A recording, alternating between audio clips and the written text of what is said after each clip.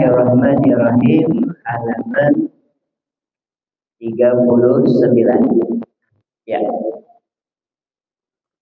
Bismillahirrahmanirrahim. Kemarin kita tidak boleh memperpanjang angan-angan. Kenapa? Karena memperpanjang angan-angan sama saja memperberat amal perbuatan kita. Dan juga kemarin sudah kita bahas bahwa semuanya kematian itu datang tidak melihat waktu tertentu dan juga bukan pada keadaan tertentu, pada tahun-tahun tertentu. Maka kata Imam Ghazali, fal istidadu lahu aula minal istidadi lid dunya. Mempersiapkan diri untuk kematian itu lebih utama daripada mempersiapkan untuk dunia. Selanjutnya, faqaddir hadza fi qalbika kulla yaumin. Faqaddir, maka hati-hatilah, tanamkanlah hadza, yang demikian ini, bahwa mempersiapkan kematian itu lebih utama daripada mempersiapkan kepada kematian. Fi qalbika, di dalam hatimu, kulla yaumin, pada tiap-tiap hari. Setiap hari hendaknya kita terus berpikir, kita berhati-hati, terus menanamkan dalam hati kita setiap hari bahwa kehidupan ini hanya sebentar, dan juga persiapan pada dunia itu juga belum tentu berhasil, belum tentu sesuai dengan harapan, karena bisa jadi kita sudah siap tapi kematian sudah datang terlebih dahulu. Tapi yang namanya mati sudah pasti datang, maka persiapkan kematian itu, dan ini hendaknya kita tanamkan dalam hati kita setiap hari. Wa qallib nafsaka as-sabra, wa qallib, dan paksakanlah nafsaka, akan dirimu, as-sabra, akan sabar, ala ta'atillah, atas ketaatan kepada Allah. Paksakan diri kita untuk terus sabar. Jadi kalau ada sabar, mengatakan sabar itu ada batasnya, itu pendapat yang keliru. Untuk mengukur satu orang dengan orang lain bisa, tapi yang namanya sabar itu tidak ada batasnya. Makin sabar dia dalam menghadapi ujian, sebenarnya makin tinggi derajat dia di hadapan Allah Subhanahu wa Ta'ala. Kalau dia makin sabar, berarti dia makin wakalib, dan paksakanlah, bebankanlah nafsaka, akan dirimu, as-sabra, akan kesabaran. Sabar atas apa? Ala ta'atillah, atas ketaatan kita kepada Allah. Iya, satu demi hari tentu terus kita tingkatkan kesabaran kita kepada Allah. Fa innaka, maka sesungguhnya engkau, lau qadarta, seandainya kalian mampu, al-baqa'a, akan merasa tetap atau merasa hidup, seandainya, kira-kira, lau qadarta, seandainya engkau perkirakan al-baqa'a, akan kehidupan, khamsina sanatan, 50 sanatan, tahun. Seandainya kau perkirakan misalnya hidupmu itu 50 tahun, wa alzam, sabar, ala ta'atillah, atas ketaatan kepada Allah, nafarat, maka engkau enggan, wastas'abat, dan engkau merasa berat, alaika, atasmu. Apabila kita memaksakan bersabar itu terhadap ketaatan kita kepada Allah, maka kita akan merasa enggan, merasa akan lari, dan merasa berat atas ujian-ujian yang memang Allah berikan. Fa in fa'alta, maka apabila engkau lakukan zalika, yang akan demikian itu, farihta, maka engkau akan senang, maka engkau akan bahagia, maka engkau akan beruntung, indal mauti, ketika mati. Artinya dengan kita sabar terhadap berbagai macam ujian dari Allah, untuk terus mendekatkan diri kita kepada Allah dengan berbagai macam ujian, seandainya itu kita mampu, maka sebenarnya farihta indal mauti farhan la akhirlah. Farihta, maka engkau akan beruntung, akan senang, indal mauti, ketika mati, farhan, dengan kebahagiaan, dengan kesenangan, la akhiralahu, yang tidak ada akhirnya. Jadi ketika ujian makin banyak menimpa kita, sebenarnya Allah lagi ngetes kita. Nih, lihat nih, sebenarnya ujian-ujian yang diberikan kepada kita, sebenarnya itu sesuai dengan kemampuan kita. Karena memang Allah sudah katakan, la yukallifullahu nafsan illa wus.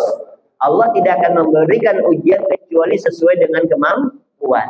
Nah, ketika Allah berikan ujian itu kepada kita, sebenarnya bukan untuk kita sebenarnya, tapi Allah ingin menunjukkan kepada yang lain. Nih, lihat. Pak Asep. Pak Asep dulu jadi sales. Ya, sales lampu. Kesono. Tapi dia sabar terus. Yang lain pada begini, dia tetap begini. Terus sabar. Sekarang jadi bos. Ya, alhamdulillah jadi bos. Pengen anaknya masuk ke dokteran, ke negeri kagak diterima. Akhirnya masuk di swasta. Di swasta bayar 320 juta. Ya, kalau nggak salah ya. Lupa. Nggak ada duit bagaimana? Tadi kayaknya mau jual rumah. Rumah dijual. Tapi karena memang ini tujuannya pendidikan, tujuannya titipan Allah, anaknya ini adalah sesuatu yang memang harus dijaga. Rumah dijual, anaknya sekolah, pas begitu udah bayar anaknya, OBK-nya tembus. Orderannya tembus. Beli lagi rumah, beli lagi mobil, beli lagi kontrakan. Kalau dia putus asa, udah nggak usah kuliah, udah kagak ada, gitu. Akhirnya nggak jadi kuliah kedokteran. Tapi ketika dia mampu menghadapi berbagai macam cobaan, dia mengorbankan sesuatu, maka terjadilah fa'in fa'alta zalika, maka apabila engkau lakukan itu, sabar terhadap berbagai masalah yang Allah berikan kepada engkau, farihta, maka engkau akan bahagia indal mauti, ketika engkau mati, farhan dengan kebahagiaan, la akhiralahu, yang tidak akan ada akhirnya. Terus sampai sekarang alhamdulillah Pak saya senang terus, anaknya udah jadi dokter. Kan gitu. Yang satu lagi kagak mau kuliah, main game beda. Tapi main gamenya dia mendapat gaji bulanan 10 juta lebih kali sekarang mah 12 juta ya pasti kan. Gitu. Jadi anak udah main HP aja udah kagak mikirin bayar kuliah dan lain sebagainya. Kenapa? Karena tadi sabar dan berbagai macam ujian yang memang Allah berikan kepadanya. Sebenarnya ketika Pak Asep ini jadi orang sukses, bukan Pak Asep yang diuji sama Allah, kita yang di sekitar inilah yang pengen ditunjukin sama Allah. Tuh lihat, nih Pak Asep, nih Mahpuri, bukan Asep, KTP-nya Mahpuri. Nih lihat, hamba saya yang namanya Mahpuri nih, lihat ujian dia tetap tegar, terus tegar. Yang lain ketika Pak Asep ini diangkat derajatnya sama Allah, yang lain curiga tidak, yang lain cemburu tidak. Tidak, yang lain tidak curiga, yang lain tidak cemburu. Kenapa? Pantas dia sukses. Kenapa? Karena berbagai macam ujian cobaan dia tetap jalankan. Yang lain tidak akan curiga dan tidak akan cemburu. Kenapa? Pantas dia sukses. Artinya ujian yang Allah berikan kepada kita, sebenarnya Allah ingin tunjukkan kepada yang lain bahwa kita pantas. Kemampuan. Jadi jangan takut ketika Allah menguji kita bahwa ini melampaui pada kekuatan kita. Itu tidak. Karena Allah sudah mengatakan berulang-ulang dalam Al-Quran dengan berbagai macam redaksi bahwa manusia diberikan ujian sesuai dengan kemampuan. Yang penting sabar. Maka ketika kita mampu berbuat sabar, fa in fa'alta dzalik, kata Imam Ghazali, apabila kita mampu taat, kuat dalam menghadapi ujian-ujian dengan sabar, maka farihta indal maut farhan la akhiralahu, maka tidak akan ada, maka dia akan mendapatkan kebahagiaan baik ketika mati dengan kebahagiaan yang tidak akan ada akhirnya. Wa in sawwabta wa in sawwabta, dan maka apabila engkau menunda, wa tasahalta, dan engkau juga meremehkan, menganggap mudah, Jaa akan datang kepadamu, akan kamu al-mautu kematian fi waktin pada waktu la tahtasibuhu yang tidak engkau kira, engkau duga. Apabila kita meremehkan, kita menganggap enteng, kita menunda-nunda berbagai macam ujian ketaatan kita kepada Allah, maka yakinlah kematian akan datang kepada kita yang pada waktu yang tidak bisa kita kira-kira. Wa tahasarta, maka engkau akan menyesal. Tahasuran, dengan penyesalan la akhiralahu, yang tidak akan ada akhirnya. Kalau dulu misalnya kalau saya dulu nggak sekolah, mungkin nggak kayak begini. Untung saya sekolah. Kalau dulu saya nggak kerja, mungkin nggak begini. Untung saya kerja. Kalau kita nggak kerja, kita akan menyesal selamanya. Untung kita kerja, karena kita kerja akan senang selamanya. Gitu. Jadi jangan kita meremehkan sesuatu, jangan kita menganggap mudah sesuatu. Kenapa? Karena kematian itu datangnya tanpa kita duga. Wa inda sabahi, dan ketika di waktu pagi, yuhmidu, maka memuji al kaumu kaum as-sura, sesuatu yang sudah perjalanan di waktu malam. Ketika pagi biasanya kita akan alhamdulillah tadi malam saya dapat panggilan, alhamdulillah tadi malam saya dapat berkah, alhamdulillah tadi malam saya dapat obekan. Ketika pagi kita memuji yang tadi malam kita dapatkan. Wa indal mauti, dan ketika mati yatika kepada engkau al-khabaru, akan berita. Wa indal mauti, dan ketika kematian ya'ti, akan datang kepada kamu al-khabaru, akan berita al-yakinu, yang pasti. Ketika nanti datang kematian, maka akan datang kepada kita sebuah berita, sebuah informasi, sebuah buku catatan yang membuat kita tambah yakin. Al-khabaru, berita, al-yakinu, yang yakin. Wala ta'lamunna naba'ahu ba'dahin. Wala ta'lamuna, dan niscaya engkau akan mengetahui, naba'ahu, akan berita, ba'dahin, setelah waktu yang telah lalu. Jadi kita akan mengetahui sesuatu yang telah lalu, kita tahu sekarang. Jadi apapun yang kita lakukan sekarang, ini akan dicatat oleh Allah, dan informasi itu akan disampaikan kepada kita di suatu hari yang nanti tidak akan bisa kita tunda, yang tidak bisa kita bohongi. Dan itu akan datang kepada kita, dan disitulah akan timbul penyesalan dan juga kesenangan. Kalau penyesalan yang tidak akan bisa kembali lagi ke dunia. Kalau kebahagiaan yang alhamdulillah akan terus mendapatkan kebahagiaan. Wa idza arsadna, dan ketika kami tunjukkan kepada kamu, ila tartibil awradi, kepada cara-cara wirid, aturan-aturan wirid. Dan sesungguhnya kami telah tunjukkan kepadamu bagaimana cara-cara wirid. Fala nazkur, maka yang demikian itu kami ingatkan laka kepadamu, kaifa sholati, bagaimana sholat, wasaumi, bagaimana puasa, wa adabahuma, dan bagaimana adab melaksanakan puasa dan juga melaksanakan sholat, wa adabal imamati, dan bagaimana cara adab, tata cara menjadi imam, wal qudwati, jadi makmum, wal jum'ati, dan juga salat Jumat. Ini semuanya telah kami ajarkan, telah kami ingatkan kepada kamu, kata Imam Ghazali.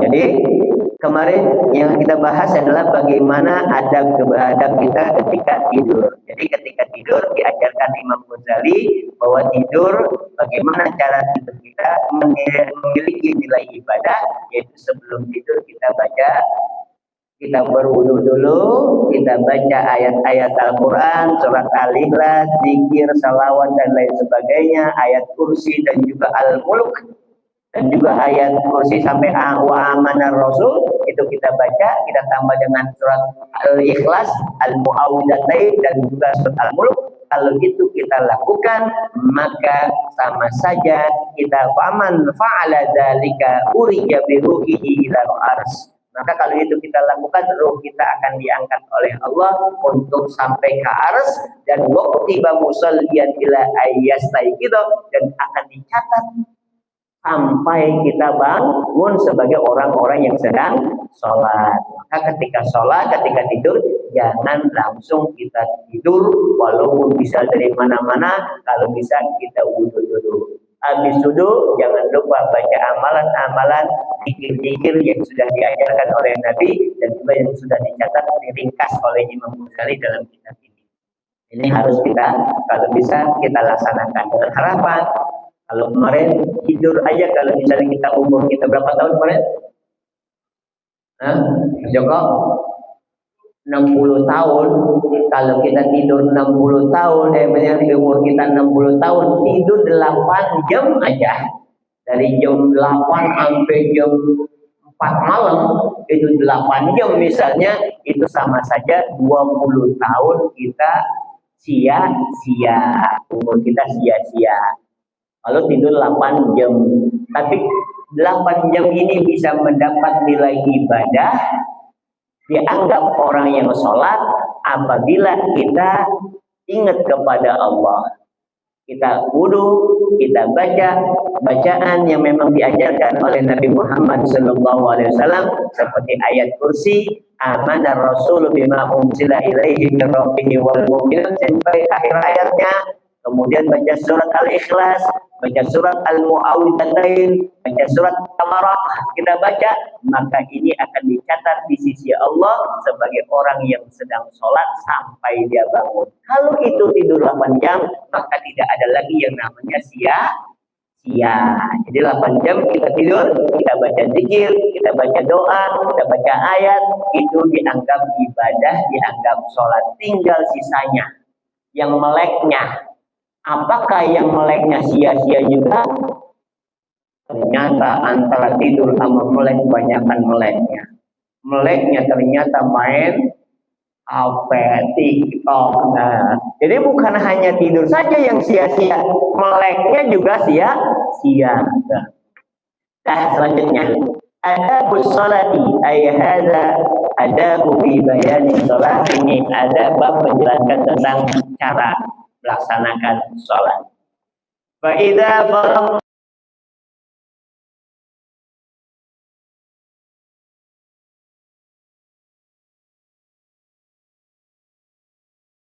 daripada bersuci dari hadas, wa taharatil khabati, dan juga bersuci daripada najis, fil badani, dalam pada badan, wasiyabi, dan juga pakaian, wal makani, dan tempat, wa min satril aurati, dan juga dari menutup aurat, minasurrati, daripada pusar, ila rukbati, kepada sampai dengkul, surrati sampai dengkul, surrati daripada pusar ila rukbati sampai dengkul, pastakbil, maka menghadaplah al-qiblata, akan kiblat, iman, dalam keadaan berdiri, musawiyan, dan berdampingan, baina qadamaika, di antara kedua kakimu, bihaitsu la tadamuhuma, sekiranya tidak mengumpulkan atau merapatkan keduanya.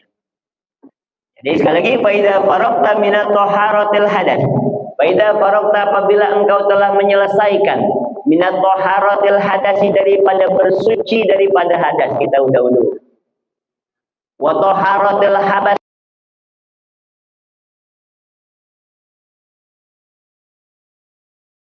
wasiyabi, pakaian kita udah bersih, badan udah bersih, makani, tempatnya juga udah bersih, wa min satril aurati, nutup aurat juga, minasurrati, daripada pusar, warila rukbati, sampai dengkul, udah juga ditutup dari pusar sama dengkul, pastakbil, maka menghadaplah al-qiblata, akan kiblat. Jadi kalau kita mau sholat, pertama sucikan kita diri kita dari suci daripada hadas, dan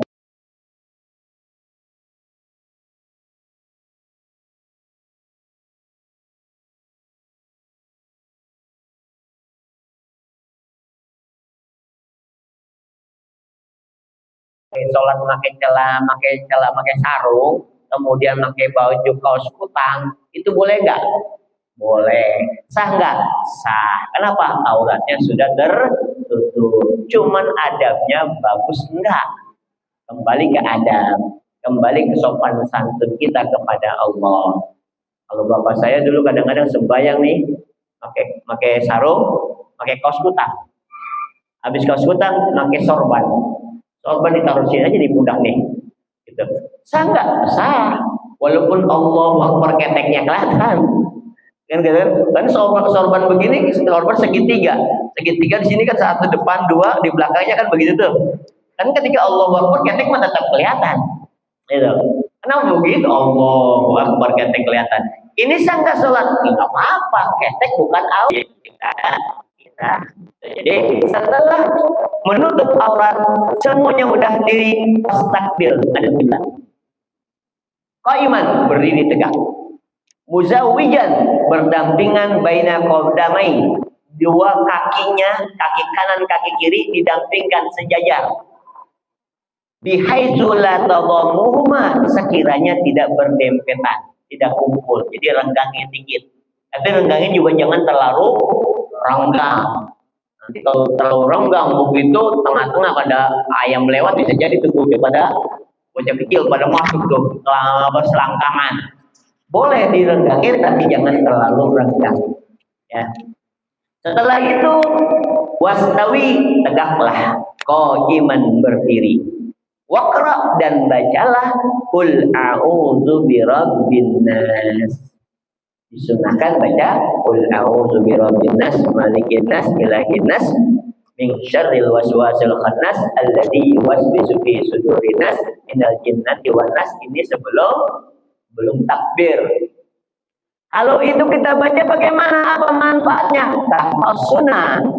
Tahasuna maka membentengi. Tahasuna maka akan membentengi biha dengannya, dengan qul a'udzu birabbin nas minasyayatini, daripada setan-setan ar-rajim yang terkutuk. Jadi dengan membaca qul a'udzu birabbin nas, nanti minal jinnati wan yuwaswisu fi sudurin nas, yang memberikan waswas dalam tubuh manusia, ini setan pun akan dibentengi dengan bacaan ini. Wa ahdir, dan hadirkanlah qalbaka, akan hatimu, ma anta, bahwa asanya engkau fihi, di dalamnya. Ketika kita sedang sholat, hadirkan sholat dalam hati kita. Wa farighu, dan kosongkanlah, minal waswasi, daripada waswas. Tadi saya wudu sempurna nggak ya? Ini pakaian saya bersih nggak ya? Kosongin keraguan itu, yakin. Hilangin keraguan. Al yakin la yuzalu bisaki, keyakinan tidak akan merusak daripada keraguan tadi. Yakin tidak akan rusak dengan keraguan, maka tumbuhkan keyakinan kita. Ya, jadi setelah itu hadirkan hati kita, dan bahwa kita sedang dalam keadaan sholat, kosongkanlah diri kita minal waswasi, daripada sifat waswas. Wangdur, dan bayangkanlah, dan lihatlah, bayangkanlah, baina yadai, di antara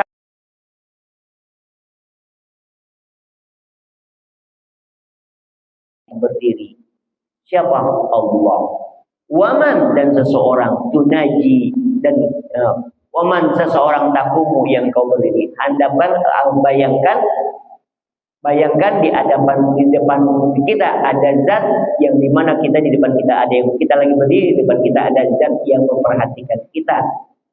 Kemudian waman, dan zat tunaji, yang menyelamatkanmu. Jadi yang menyelamatkan kita bayangkan bahwa ada Allah di depan kita. Wastahi, dan merasa malu, antunajia, bahwasanya engkau diselamatkan, maulaka, akan Tuhanmu, biqalbin, dengan hati ghafilin, yang lupa. Hendaknya engkau malu, engkau bisa selamat daripada tunajia, yang menyelamatkan engkau, maulaka, akan Tuhanmu, dengan hati yang lalai. Wasdir wasadri, dan wasadrin mas'unin, dan juga dada mas'unin yang dipenuhi biwaswasi, dengan bisikan atau waswas, biwasawisi dunia, dengan waswasnya kehidupan dunia, wa khabaisi syahawati, dan juga keburukan syahwat. Jadi ketika kita sudah berwudu, kita sudah suci dari hadas dan juga dari najis, baik pada pakaian kita, badan kita, dan juga tempat kita, dan kita sudah menutup aurat kita, maka kita menghadap kiblat dengan berdiri, dua kaki kita berdampingan, jangan sampai berdempetan dikumpulkan, kemudian tegaklah berdiri, luruskan dan berdiri, bacalah qul a'udzu birabbin nas. Kenapa?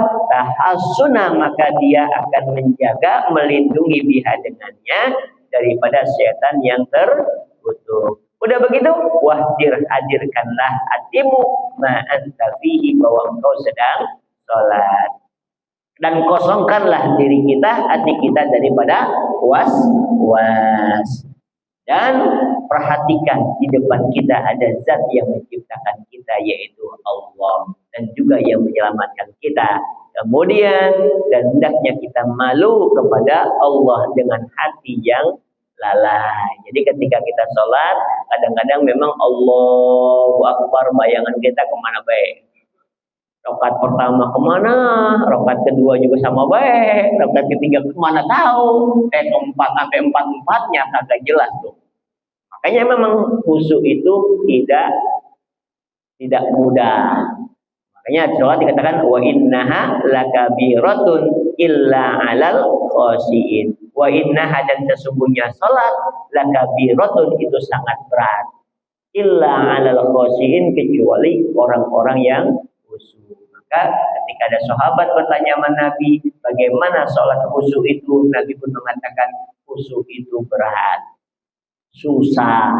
Tapi ketika memang kita saat itu tidak khusyuk, maka tarik kembali. Hati kita sudah fokus kepada utang.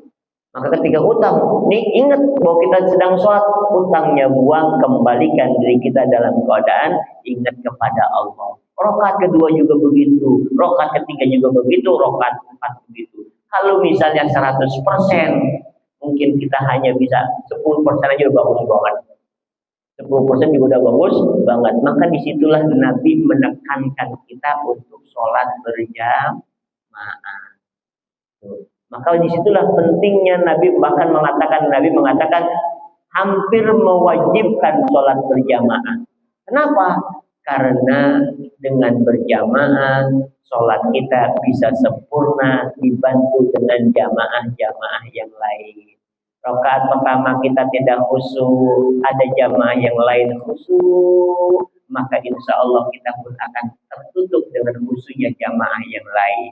Rakaat ketiga kita tidak khusyuk, rakaat makmum yang tadi khusyuk, rakaat yang ketiga tidak khusyuk, ada makmum yang lain yang khusyuk, maka satu lagi sama menutupi kekosongan, kekhusyuan yang hilang tadi. Maka disinilah pentingnya kita berjamaah. Kenapa?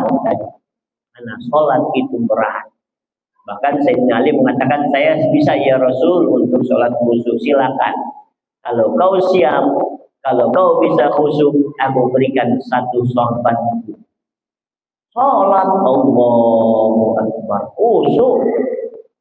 Imam Sayyidina Ali ketika dia terkena panah, menurut satu riwayat, itu dicabutnya sakitnya bukan main. Tapi ketika begitu dia minta waktu, silakan nanti cabut ketika saya sedang sholat. Ketika sholat Allahu Akbar, panah dicabut gak terasa. Saking khusyuknya itu Imam Ali karamallahu wajhah. Kenapa? Khusyuk sama Allah, semuanya tidak terasa apapun. Kenapa? Sudah komunikasi dengan Allah. Lah kita Allahu Akbar, nyamuk di kaki kita digigit nyamuk, kendik mulu, nyamuk. Kenapa? Ya kita itu Sayyidina Ali kena panah, dicabut kagak keberasa. Padahal ketika dia lagi sadar dicabut, sakitnya bukan main. Lagi sholat gak keberasa. Nah kita buru-buru cabut. Lah kena gigit nyamuk aja kecil banget nyamuk udah kekendikan wae gitu kan. Akhirnya Imam Syafi'i silakan Ali kalau kau sholat khusyuk akan kuberikan sorban. Sholat khusyuk pas begitu sebelum salam sebelum sakin ke Hamidul Majid dia bentar lagi salam dia dalam hatinya alhamdulillah berhasil. Entar kira-kira sorbannya yang hijau apa yang putih. Pas begitu assalamualaikum warahmatullah kata Nabi Ali silakan ya Rasul nyerah. Emang kenapa? Tadi ketika sebelum salam saya akan mendapatkan sorban Nabi warnanya saya bingung mau milih yang hijau apa yang putih. Terganggu lagi itu Sayyidina Ali yang khususnya bukan main. Lah kita kadang-kadang sembahyang Allahu Akbar nyari kunci gak ketemu dengan sembahyang jadi ketemu. Iya gue lupa duitnya tadi 50.000 gue udah beliin apaan tahu kan gitu kan. Jadi ingat gara-gara sholat itulah hebatnya setan mengganggu sholat kita aja masih diganggu apalagi yang kagak sholat. Oleh karena itu ketika kita di sini kita lagi latihan semuanya kita belajar memang tidak mudah kita masih banyak yang terlena dengan kebahagiaan hidup di dunia padahal di dunia hanya titipan sementara. Makanya kita dunia anak kita sekolah yang tinggi-tinggi ketika kita mati anak nggak ngikut kita masuk ke alam kubur. Ini kita bela-belain ibu kita kalahin lebih mementingkan bini daripada ibu kita. Kalau kita mati bini kita kawin lagi lah bisa jadi begitu kan. Kita bela-belain suami kita dibandingkan bapak kita pas begitu suami kita bini kita mati suami kita kawin lagi kagak masuk ke dalam kuburan nemenin katanya sehidup semati duit kita kumpulin banyak pas begitu mati dunia duit ditinggal mati tapi yang kita bawa hanya amal soleh. Maka mempersiapkan anak boleh, mempersiapkan buat anak boleh, mempersiapkan buat rumah juga boleh, tapi jangan lupa juga mempersiapkan amal kita karena amal inilah yang nanti akan kita bawa sampai kita masuk ke liang kubur dan juga berhadapan kepada Allah. Wallahu a'lam. Kita mempersiapkan kematian ini penting karena mati udah pasti. Tapi mempersiapkan dunia juga boleh, tapi jangan terlalu dipentingkan mengalahkan kehidupan yang setelah mati. Ya, wallahu a'lam bishawab. Kita sedang baca surah Al-Fatihah, mudah-mudahan sehat semuanya, panjang umurnya, murah rezekinya, hajat-hajat kita semuanya dikabulkan oleh Allah Subhanahu wa taala. Ala hadhihi niyyah wa likulli hadiyatin shalihah bila hadatin Nabi Mustafa Rasulullah sallallahu alaihi wasallam. Al-Fatihah. A'udzu billahi minasyaitonir rajim. Bismillahirrahmanirrahim. Alhamdulillahirabbil alamin arrahmanir rahim maliki yaumiddin. Iyyaka na'budu wa iyyaka nasta'in. Ihdinas siratal mustaqim. Shiratal ladzina an'amta 'alaihim ghairil maghdubi 'alaihim waladdallin. Amin. Allahumma shalli 'ala sayyidina Muhammad wa 'ala ali sayyidina Muhammad. Allahumma anfa'na bima 'allamtana wa 'allimna ma yanfa'una. Allahumma qina bil 'ilmi wa zayyina bil hilmi wa akrimna بالتقوى وجملنا بالعافية. اللهم اجعل هذا جمعنا جمعا مرحوما وتفرقنا من بعده تفرقا معصوما. وصلى الله على سيدنا محمد النبي الأمي وعلى آله وصحبه وسلم. سبحان ربك رب العزة عما يصفون وسلام على المرسلين والحمد لله رب العالمين. Kurang lebihnya mohon maaf. Assalamualaikum warahmatullahi wabarakatuh.